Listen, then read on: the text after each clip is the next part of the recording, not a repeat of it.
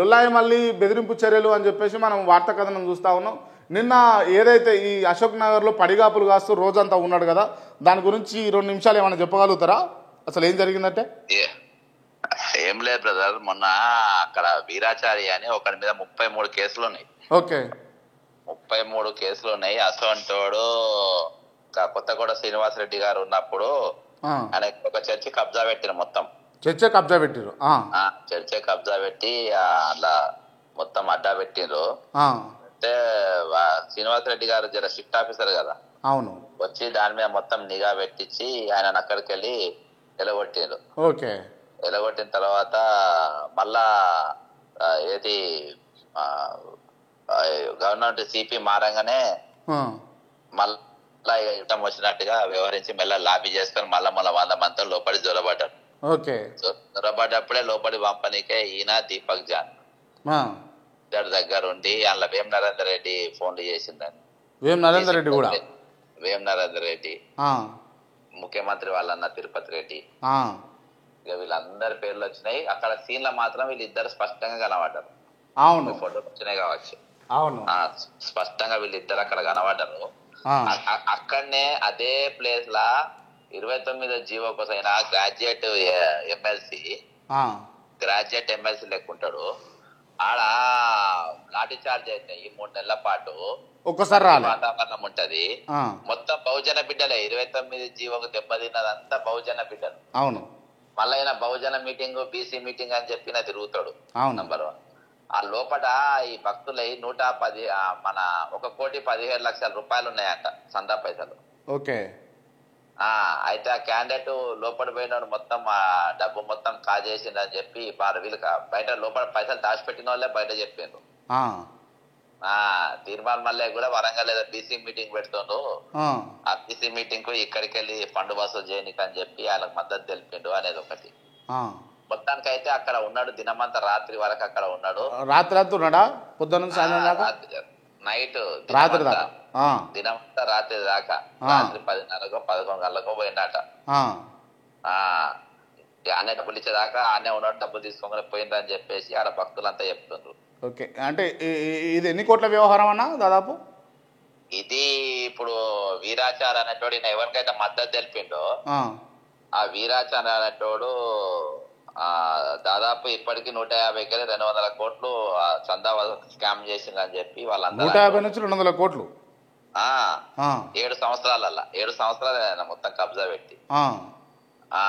గతంలో అయితే CV Anand CP ఉండే కదా అప్పుడు, ఆయన వాళ్ళు అప్పుడు పోలీస్ ఆయనకే మద్దతు. శ్రీనివాసరెడ్డి గారు రాగానే ఎలగొట్టిండు. మళ్ళా సివి ఆనంద్ గారు రాగానే మళ్ళా రంగంలో దిగిండు. మొత్తానికి ముఖ్యమంత్రి ఆఫీస్ లెవెల్లో ఈ తతంగం అంతా నడిచింది.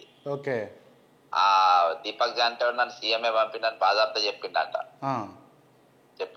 ఇక వాళ్ళు అంతా మన దగ్గరకు వచ్చి చెప్పిండ్రు అంతా విషయం. ఇప్పుడు ఈయన గ్రాడ్యుయేట్ ఎమ్మెల్సీ 49 మంది విద్యార్థులు చచ్చిపోతారు. చచ్చిపోయిన వాళ్ళంతా సోషల్ వాళ్ళు ఎవరు చదువుతారు? ఎస్సీ ఎస్టీ బీసీలే చదువుతారు. వాళ్ళు చచ్చిపోతే ఒక్క రోజు వాళ్ళ తరపు నిలవాలి, వాళ్ళ కోసం మాట్లాడలే. మళ్ళా ఇవాళ నిన్ననేమో ఇంకో ఏషం వేసిండు. మొన్న ఏషం వేసి అదే సెంటర్ లా వీళ్ళు పోయినాక పిల్లలకు తెలిసింది ఆడ ఇలా వచ్చిపోయిండు లుల్లాయి మల్లాయి వచ్చి ఇక్కడ దినమంతున్నాడు అని చెప్పి ఆ ఫోటోలు వీడియోలు నాకు పంపిండ్రు. ఏ అబద్ధం కావచ్చు అబ్బా అని అంటే రియల్ గా వచ్చిండ్రు. పక్కన దీపక్ జాన్ కనబడ్డాడు, ఆ వీడియోలు కనబడ్డారు. వాళ్ళు తెల్లారి పొద్దుగాలే తెలిసింది. అప్పటికి సోషల్ మీడియాలు రాలే. వాళ్ళు ఇక చర్చలు ఎందుకు తీస్తారు? తీయరు కదా. డిఎస్పీని బెదిరిస్తుండట, నువ్వు నా ఫోన్ ఎందుకు చెప్తలేవు అని. ఎవరికి? ఆయనకు మద్దతుగా. ఇప్పుడు వానికి అన్ని క్యారెక్టర్ దొంగ క్యారెక్టర్ దాని మీద 33 కేసులు ఉంటాయి. రౌడీ షీట్ ఉంటది మణుగూరు పోలీస్ స్టేషన్. ఓ రౌడీ షీట్ ఉన్నోనికి 33 కేసులు ఉన్నోనికి ఒక గ్రాడ్యుయేట్ ఎమ్మెల్సీ గానీ నరేందర్ రెడ్డి గానీ వీళ్ళంతా ఎట్లా మద్దతుగా ఉంటారు? సివి ఆనంద్ గారు దగ్గర ఎట్లా లోపడి పంపుతారు? అంటే ఇక్కడ పోలీసులే దొంగల సద్దులు కడుతున్నట్టు తిరువన మల్లయ్య సంటోని పెట్టుకొని. అదే ఆయన సిన్సియర్ ఏసీపీ ఆయన నువ్వు నా ఫోన్ ఎందుకు లేపుతలేవు అంటున్నట్టు. ఏదో దొంగ పనులకే చేసి ఉంటాడని ఆయన లేపలే. ఇంకెందుకు మంచోడు అయితే ఎందుకు చెప్తాడు? అసలు వచ్చి దొంగలు పంపి కబ్జాలు పెట్టించి కూర్చోబెట్టి ఈయన వచ్చేది తీసుకొని పీకేండు. ఇప్పుడు ఇదంతా దీనికి సూత్రధారి అయినటువంటి వ్యక్తి పేరు ఏం పేరు అన్న? దీనికి వీరాచారి. వీరాచారి అనేటోడు కబ్జా పెట్టిండు. వీరాచారి అనేటోడు కబ్జా పెట్టిండు. దాదాపు 150 నుంచి 200 కోట్ల రూపాయలు ఉంటాయి. ఆడ వసూళ్లు చేసేందుకు వీరాచారికి మద్దతుగా ఇప్పుడు ఈ లుల్లాయి మళ్ళీ రంగంలో దిగింది. ఇదే క్లియర్ ఇక ఇది క్లియర్. నేను మీకు ఆయన ఇప్పుడు కేసుల చిట్టా కూడా పంపుతా. ఓకే, మీరు ఎవరి ఆ క్యాండిడేట్ పైన ఉన్న కేసులు, కేసు 33 కేసులు పోలీసు కొట్టింది.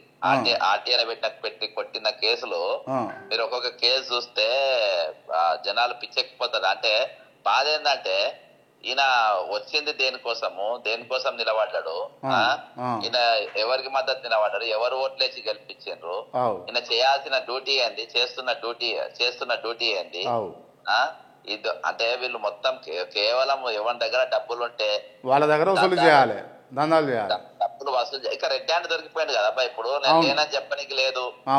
నువ్వు రెడ్ హ్యాండ్ గా అక్కడ దొరికిపోయిన జర్నలిస్ట్ పేరుతో అసలు నువ్వు జర్నలిస్ట్ వా, ఎమ్మెల్సీ వా, సెటిలర్ వా, చోటా నయీం వా, నువ్వు ఏంది, నీ కథ ఏంది, నువ్వు దేనికి బాసు, నువ్వు ఏం చేద్దామని చెప్పి నీ ఆలోచన, దేనికోసం నీ ఆలోచన.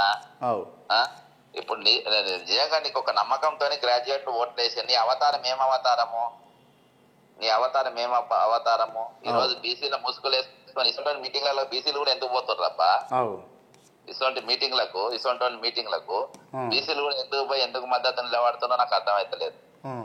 రెడ్ హ్యాండ్ గా నిరుద్యోగులు మొత్తం బీసీ బిడ్డలు, విద్యార్థులు గాని వాళ్ళు గాని హాస్టల్లో ఉన్న పిల్లలు గాని చచ్చిపోయిన వాళ్ళు గాని అంత వాళ్ళ తరపున నిలబడాడు, వాళ్ళ తరపున మాట్లాడాడు.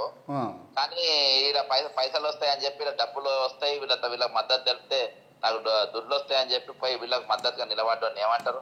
బ్రదరు, నేను ఇప్పుడు నువ్వు అట్టనే లైన్ లో ఉండు, నేను నీకు లైన్ లో ఉన్న క్రాంతిగా నీకు పంపిన ఒకసారి చూడు. నువ్వు ఏది వాని మీద ఉన్న కేసులో ఒకసారి బోర్డు మీద పెట్టి చూడు. ఎవరికైతే లుల్లాయి మల్లయ్య మద్దతు తెలుపుతుండో ఆయన మీద క్రిమినల్ పోలీస్ కేసులు అన్ని పెట్టినా పోలీసు వ్యాన్లు బయట ఇంత ఇంట్రెస్ట్ ఎందుకు, ఇంత మంది పోలీసులు ఎందుకు పెట్టాలి అక్కడ? నీకు వాట్సాప్ లో పంపిన ఈ లిస్టు చూడు ఒకసారి తెలంగాణ ప్రజలు చూపి. మల్లయ్య అనేటోడు ఎవరికి సపోర్ట్ చేస్తుండు, మల్లయ్య సపోర్ట్ మంచోడైతే మనం అందరం సపోర్ట్ చేద్దాం. మల్లయ్య సపోర్ట్ చేసేటోడు బుద్ధిమంతుడు అంటే అవసరమైతే నోబుల్ బహుమతి కూడా ఇప్పిద్దాం. ఒక దొంగ బాజాప్తా 33 క్రిమినల్ కేసులు, రౌడీ షీట్లు, దొంగలు ఉన్న వాళ్ళకు ఈ వేమనారాయణ రెడ్డి గాని, సిపి ఆనంద్ గాని, ఈయన తీర్మాన్ మల్లయ్య గాని వీళ్ళు ఎక్కడ నిలబడతారు మద్దతుగా? ఎవరో అర్జున్ అని ఎవరో ఉంటారంట మిర్యాల కూడా, ఆయన మీడియేటర్ అంట. అర్జున్ అంటే మీడియేటర్ అంట తీర్మాన్ మల్లయ్యకు వీరాచారి. అరే ఎంత అన్యాయం అబ్బా! గంటల గంటలు నిలబడతారా? నువ్వు పగలు వీడియోలు ఉన్నాయి, రాత్రి వీడియోలు ఉన్నాయి. ఏం కర్మ ఆయనకు, ఏం కర్మ? ఎమ్మెల్సీ ఉండి మళ్ళా జర్నలిస్ట్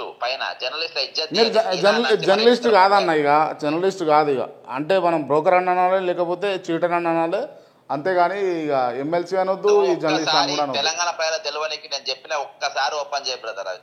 రైట్ అది ఓపెన్ చేసే పెట్టా అన్న, నేను క్లియర్గా ఎక్స్ప్లెయిన్ చేస్తా ఒకసారి. Thank you right, thank you అన్న.